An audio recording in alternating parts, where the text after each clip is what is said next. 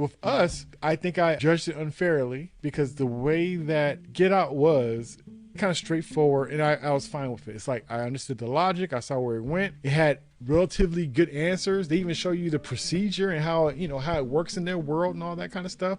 It was enough to make like, okay, I'm good with that. That makes sense. Is it crazy in sci-fi? Yes, but plausible. It met my need for enough information for me to proceed with the rest of the journey. Okay, so Us, I was trying to judge it the same way, and I think it wasn't fair when I thought about it. So Us, even though I enjoyed it, like I kind of put those parameters on it. So when I thought about it, I was like, well, Us is almost kind of like Jordan Peele's take on an 80s movie, like sometimes it's like this weird explosion happens in a town and everybody has these monsters or whatever. The logic is not as clean, it's not like nowadays we expect more from our movies.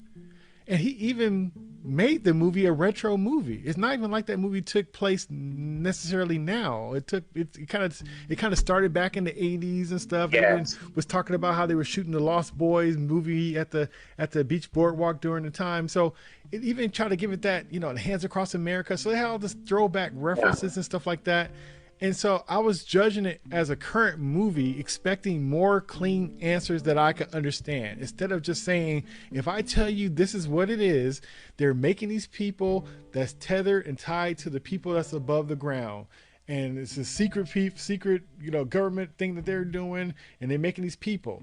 And instead of saying like, okay, I accept what you're telling me, these people, I'm thinking like, so what happened when they go to the bathroom and they don't have a bathroom down there with the top part? What if somebody flies on the plane? Do the people just lay there dead until the person comes back to town and then they get back up? Or do they just slide across the ground? Like he said that the people on the top was tethered to the bottom and I should just left it at that. Now, if you made that movie that was happening now, you better explain how that stuff works, all of it.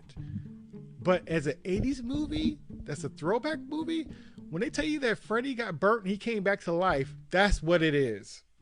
Yeah. That's what it is. Freddy is alive. He burned up, but he's alive. Jason, he sleeps in a swamp. He doesn't drown. He gets up. He gets shot. He still has his knife. Michael Myers, he can keep getting burned up and shot and he still makes it. Now, you can't explain that away. But that's what they told you that monster does.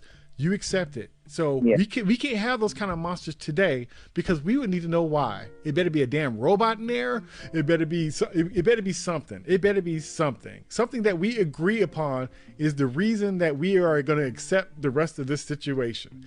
And Us didn't do that because it wasn't that type of movie. And so when I thought about like he told me what it was, quit nitpicking.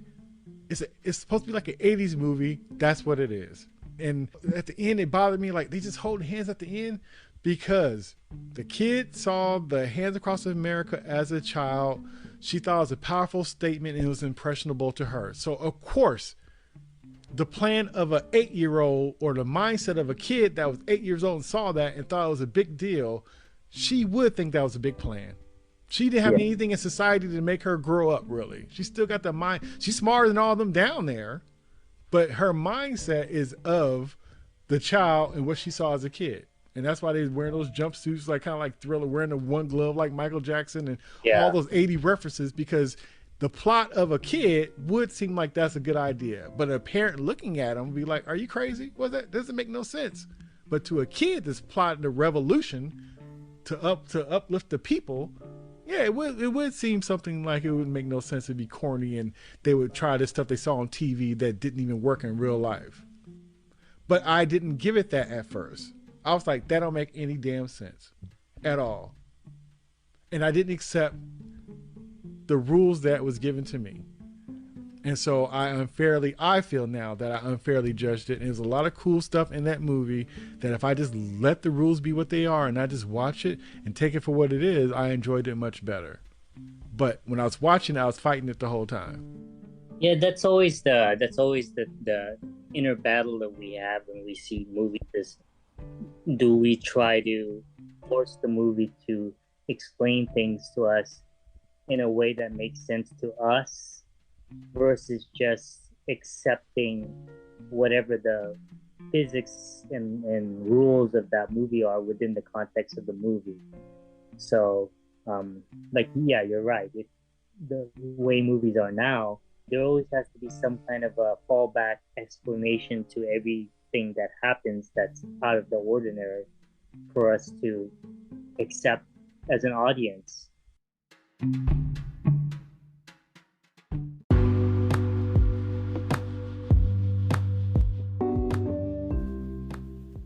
Hey, it's Jay. If you enjoyed my conversation with Joselito, check out our conversations where we talked about the movie The Norseman, Everything Everywhere All at Once, as well as the latest Dune movie. Thanks for listening. Until next time, peace.